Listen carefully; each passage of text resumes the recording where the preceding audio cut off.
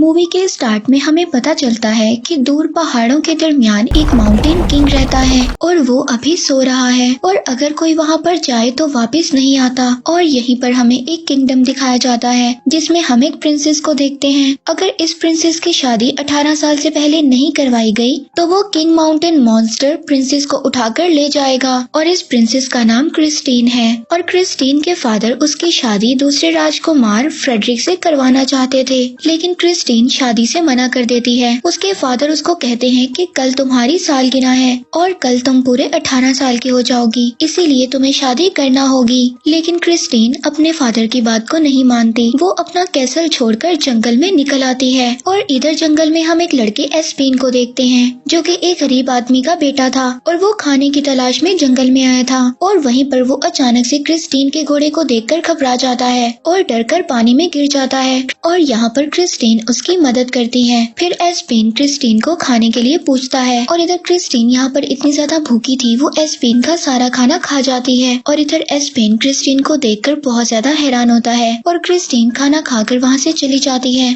इसके बाद एस्पेन उसको चाहते हुए अपना नाम बताता है पर क्रिस्टीन थैंक यू बोलकर वहाँ से चली जाती है और उसको अपना नाम नहीं बताती। इसके बाद एस्पेन वापस घर आता है और उसके फादर उससे खाने की चीजें मांगते हैं, लेकिन एस्पेन के पास सिर्फ एक सेब ही बचा था और उसके फादर एस्पेन से नाराज हो जाते हैं। इसके बाद वो एस्पेन के बाकी दोनों भाइयों को जंगल में भेजते हैं खाना लाने के लिए। इसके बाद एस्पेन जब रात को घर में अकेला होता है तो उसको ऐसा महसूस होता है कि शायद इर्द गिर्द कोई मॉन्स्टर है और अब वो एक तार पर आग को लगाकर उसको घुमाने लगता है और अब उस तार की वजह से पूरे घर में आग लग जाती है, लेकिन वो किसी तरह भी एस्पेन वहाँ से बचकर निकल आता है। और दूसरी तरफ हम क्रिस्टीन को देखते हैं जो कि रात को जंगल में घूम रही थी, तभी उसको वहाँ पर किसी की आवाज आती है। उसका घोड़ा डर जाता है और उसको गिराकर वहाँ से भाग जाता है और फिर वहाँ पर एक बहुत बड़ा मॉन्स्टर आकर क्रिस्टीन को अपने साथ ले जाता है। और इधर दूसरी तरफ एस्पेन के फादर जब घर पर आते हैं तो वो देखते हैं कि सारा घर जल चुका था।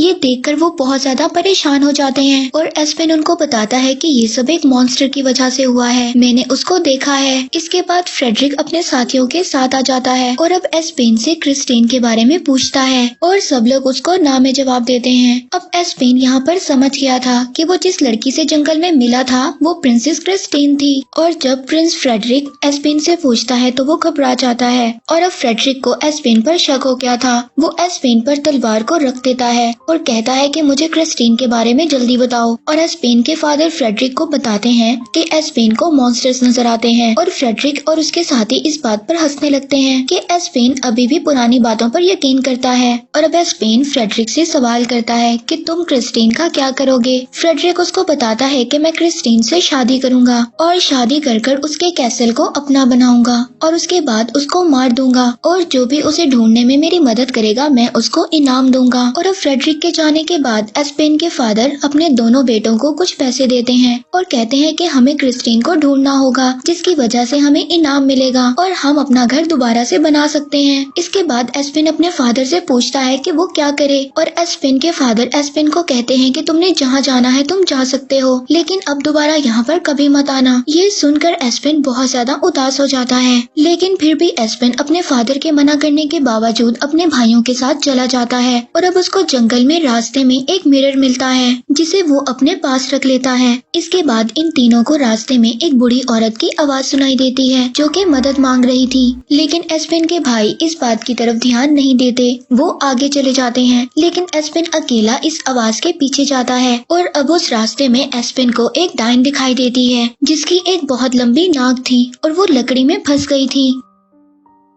और अब एस्पेन उस डायन की मदद करता है और वो डायन एस्पेन से पूछती है कि तुम यहाँ पर क्या कर रहे हो। और एस्पेन उसको बताता है कि हम प्रिंसेस क्रिस्टीन को ढूंढने निकले हैं। और वो डायन एस्पेन को बताती है कि प्रिंसेस को माउंटेन किंग एक बहुत बड़ा मॉन्स्टर उठाकर ले गया है और अगर तुम उसको बचाना चाहते हो तो वो सिर्फ एक ही रास्ता है, तुम्हें उस मॉन्स्टर को मारना होगा और वो मॉन्स्टर सिर्फ एक ही चीज से मरेगा जो है एक जादुई तलवार और जो एक नदी के नीचे है। और एस्पेन उस डायन से पूछता है कि मुझे नदी नदी कहाँ पर मिलेगी, जिस पर डायन उसको एक जादुई मैप देती है और कहती है कि इसी रास्ते पर जाकर तुम्हें वो नदी मिलेगी। अब वहीं दूसरी तरफ किंग के पास एक आदमी आता है और वो उनको बताता है कि किंग की बेटी यानी प्रिंसेस क्रिस्टीन को माउंटेन मॉन्स्टर उठाकर ले गया है। और दूसरी तरफ हम एस्पेन के भाइयों को देखते हैं जिन्हें रास्ते में कुछ गोल्डन एप्पल्स मिलते हैं और उसके दोनों भाई उस बास्केट में से एक एक एप्पल को उठाकर खा लेते हैं। इसके बाद जब वो उस एप्पल को खा लेते हैं तो उनके पास कुछ लड़कियां आती हैं और उनको कहती हैं कि तुम हमारे साथ चलो। और अब वो दोनों उन लड़कियों की बातों में आकर उनके साथ चले जाते हैं। और दूसरी तरफ एस्पेन मैप के रास्ते पर जा रहा था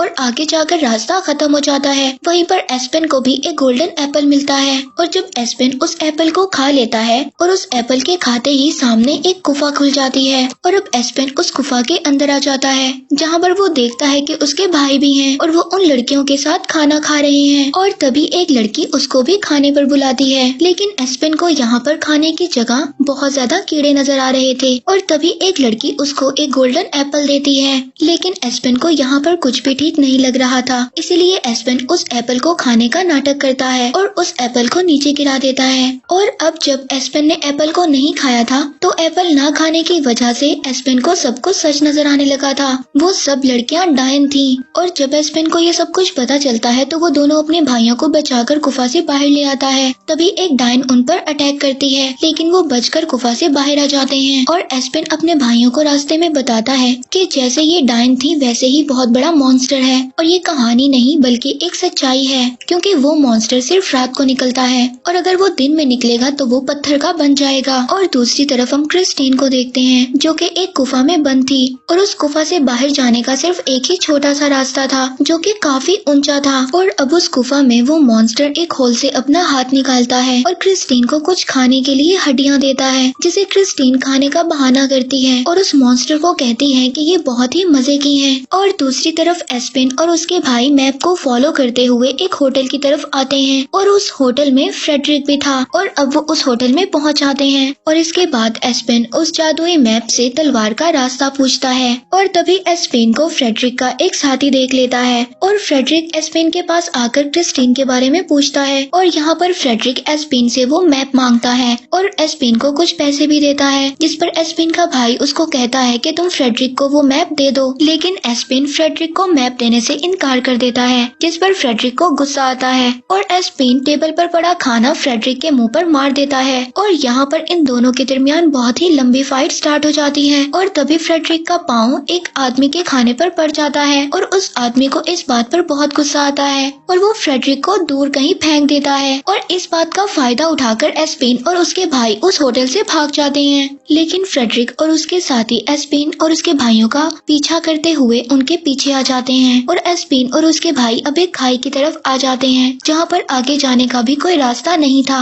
और अब एस्पेन और उसके दोनों भाई खाई में कूद जाते हैं। इसके बाद एस्पेन का भाई उससे लड़ता है कि ये सब तुम्हारी वजह से हो रहा है और फ्रेडरिक हमारा दुश्मन बन चुका है। और अब इस बात पर एस्पेन और उसके भाई का झगड़ा हो जाता है, लेकिन उसका दूसरा भाई उन दोनों को रोक लेता है। इसके बाद वो एस्पेन से मैप लेकर आगे बढ़ते हैं और तभी रास्ते में एस्पेन को एक भालू की खाल मिलती है। वो उसको अपने पास रखना चाहता था, लेकिन उसके भाई उसको मना कर देते हैं। और अब एस्पेन और उसके दोनों भाई एक जगह पर पहुंचते हैं जहां पर बहुत ज्यादा फोग थी और कुछ भी नजर नहीं आ रहा था।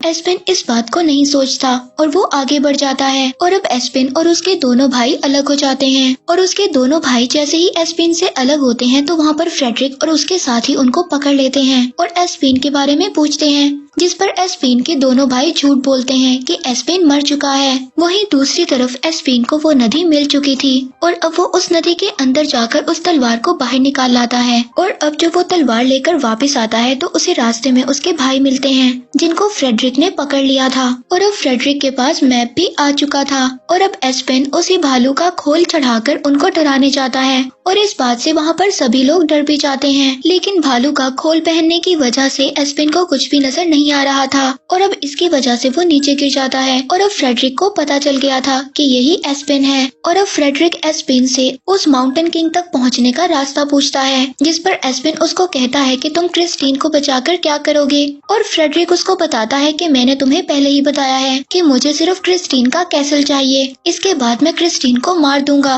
और फिर जब रात को वो लोग खाना खा रहे होते हैं तो वहाँ पर उन्हें एक आवाज सुनाई देती है, जिसकी वजह से फ्रेडरिक और उसके साथी वहाँ से भाग जाते हैं और एस्पेन और उसके भाई भी वहाँ से भागने लगते हैं। और वहाँ पर किंग माउंटेन मॉन्स्टर आ गया था, वो फ्रेडरिक के एक साथी को खा जाता है। और दूसरी तरफ एस्पेन अपने भाइयों के साथ एक गुफा में छुप जाता है और किंग माउंटेन मॉन्स्टर फ्रेडरिक और एस्पेन के भाई को लेकर अपनी गुफा में आ जाता है। और यहाँ पर आकर फ्रेडरिक बहुत ज्यादा डर जाता है और जब वो उस गुफा में प्रिंसेस क्रिस्टीन को देखता है तो वो उसको कहता है कि मैं तुम्हें यहाँ पर बचाने आया हूँ। और एस्पेन का भाई क्रिस्टीन को सब कुछ बता देता है। वो क्रिस्टीन को बताता है कि फ्रेडरिक झूठ बोल रहा है, वो शादी के बाद तुम्हें मार देगा और वो तुम्हारे कैसल को सिर्फ चाहता है। और अब क्रिस्टीन ये सब कुछ जानकर फ्रेडरिक के सर पर एक हड्डी को मारकर उसको बेहोश कर देती है। और अब क्रिस्टीन उससे सवाल करती है कि तुम कौन हो, जिस पर वो बताता है कि मैं एस्पेन का भाई हूँ। ये सुनकर क्रिस्टीन बहुत ज्यादा खुश हो जाती है और उससे पूछती है कि क्या एस्पेन हमें यहाँ पर बचाने आएगा। एस्पेन का भाई क्रिस्टीन से कहता है कि तुम बेफिक्र हो जाओ, हमें एस्पेन यहाँ पर जरूर बचाने आएगा।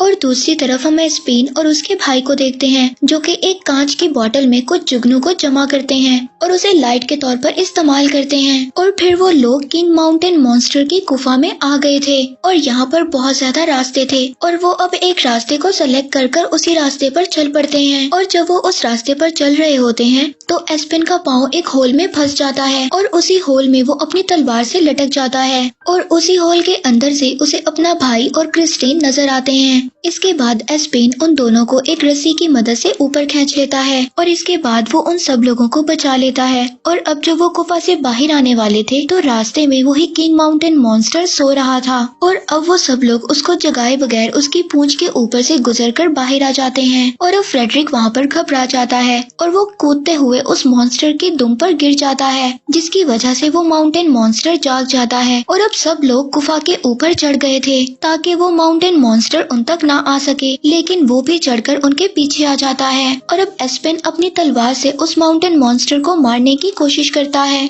वो माउंटेन मॉन्स्टर अपने हाथ से उसकी तलवार को पीछे फेंक देता है और अब सभी लोग उस माउंटेन मॉन्स्टर पर अटैक करते हैं, पर उस अटैक का उस माउंटेन मॉन्स्टर पर कोई भी असर नहीं होता और वो उन सबको खाने के लिए आगे बढ़ता है। लेकिन अब कुछ ही टाइम के बाद सुबह होने वाली थी और उस माउंटेन मॉन्स्टर को मारने का एक ही रास्ता था। और अब एस्पेन अपने बैग से वही मिरर को निकालता है जो कि उसे जंगल में मिला था और अब वो सूरज की तरफ कर उस माउंटेन मॉन्स्टर पर उसका रिफ्लेक्ट करता है और उस रिफ्लेक्शन की वजह से वो माउंटेन मॉन्स्टर पत्थर का बन जाता है और जब वो नीचे गिरता है तो टुकड़ों में बिखर जाता है। और अब दूसरी तरफ वहीं फ्रेडरिक को वो डाइन दिखाई देती है और फ्रेडरिक उस डाइन को कहता है कि तुम बहुत ही ज्यादा बुरी हो और वो अपने कैसल का पता पूछता है, लेकिन डाइन उसको गलत पता बता देती है। और अब हम नेक्स्ट सीन में देखते हैं कि एस्पेन और क्रिस्टीन कैसल पहुंच जाते हैं और किंग और क्वीन अपनी बेटी को देखकर बहुत ज्यादा खुश हो जाते हैं। वो अपनी बेटी को बचाने के लिए एस्पेन और उसके भाइयों को थैंक यू बोलते हैं। इसके बाद एस्पेन और उसके दोनों भाई दोबारा से अपने घर पहुंच जाते हैं, जहां पर उन तीनों को देखकर उसके फादर बहुत ज्यादा खुश हो जाते हैं और एस्पेन से माफी भी मांगते हैं।